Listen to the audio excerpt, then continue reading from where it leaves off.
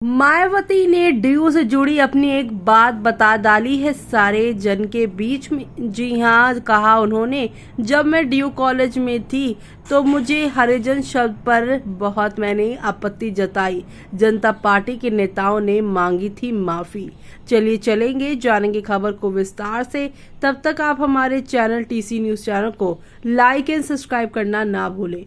बसपा प्रमुख मायावती ने मंगलवार को हरियाणा में एक चुनाव रैली को संबोधित किया। इस दौरान उन्होंने कहा है कि जातिवाद को बढ़ावा देने वाले लोग संविधान के खिलाफ काम कर रहे हैं। मायावती ने SC/ST समुदाय को हरिजन शब्द के इस्तेमाल पर भी अपनी आपत्ति जताई।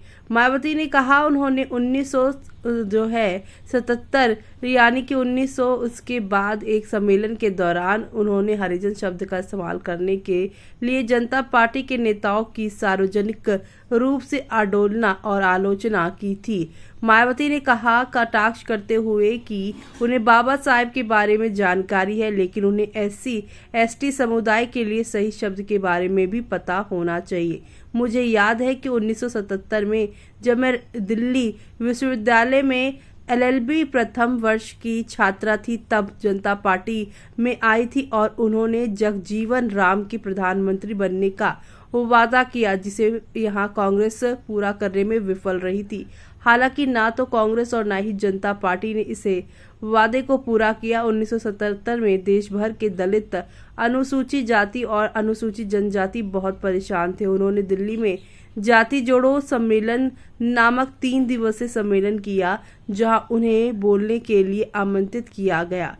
भाजपा प्रमुख ने कहा है कि कार्यक्रम में जनता पार्टी के नेताओं ने हमें बार बार हरिजन कहा। मैंने उनसे कहा है कि एक तरफ आप जाति व्यवस्था को तोड़ने की बात कर रहे हैं तो वहीं दूसरी तरफ आप हरिजन शब्द का इस्तेमाल कर रहे हैं। अगर हम इसे सकारात्मक रूप से ले तो हरि का मतलब भगवान है, तो क्या इसका मतलब है कि हम भगवान की संतान हैं और बाकी सभी शैतान हैं? इसके बाद जनता पार्टी के नेताओं ने माफी मांगी और इस बात पर सहमति जताई कि संविधान के अनुसार ST/ST और SC और OBC शब्दों का इस्तेमाल करना अधिक यहाँ पर उचित होगा। उन्हें ये यहाँ पर जो है स्वीकार करना पड़ा कि बहन जी जो कह रही थी वो सही था। मायावती ने यह भी कहा है कि हरियाणा विधानसभा चुनाव में बहुजन समाज पार्टी BSP और इंडियन नेशनल लोकदल इनेल्डो के बीच यहाँ पर जो है गठबंधन को व्यापक जन समर्थन मिल रहा है। उन्होंने कहा है कि आज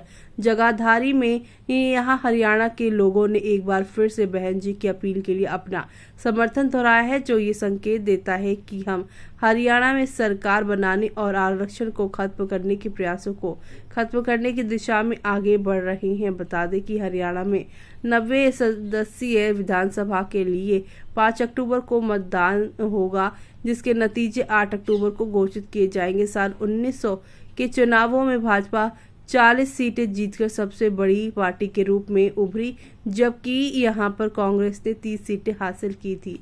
ऐसे में अब आपका क्या कहना है इस पूरी खबर पर? हमें कमेंट बॉक्स में कमेंट करके बताना बिल्कुल भी ना भूलें आप।